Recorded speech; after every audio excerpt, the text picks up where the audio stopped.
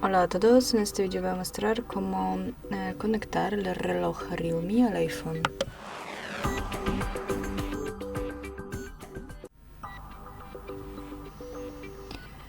Y primero encendimos el reloj y seleccionamos el idioma.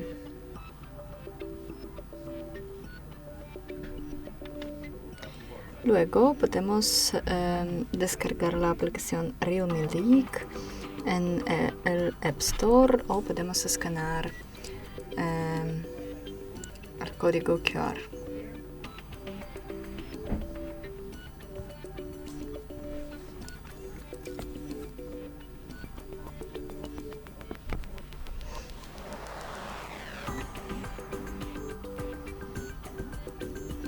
Tocamos descargar.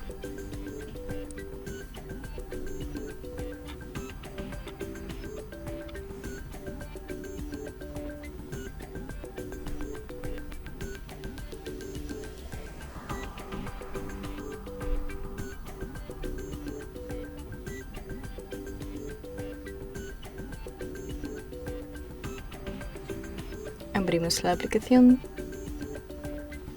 otorgamos algunos permisos y seleccionamos ubicación. Tocamos siguiente, otorgamos algunos permisos, tocamos en entendido y tocamos vincular dispositivo. Y para ello podemos iniciar sesión. Introducimos número de teléfono o correo electrónico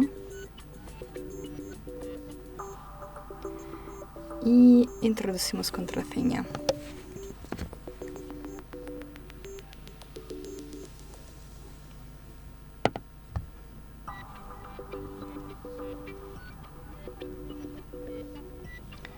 Y probamos otra vez.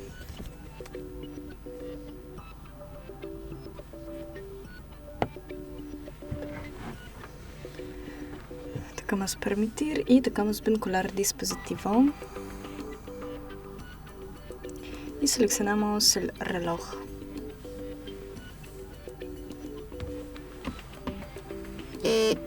Tocamos aquí y enlazar. Y aquí.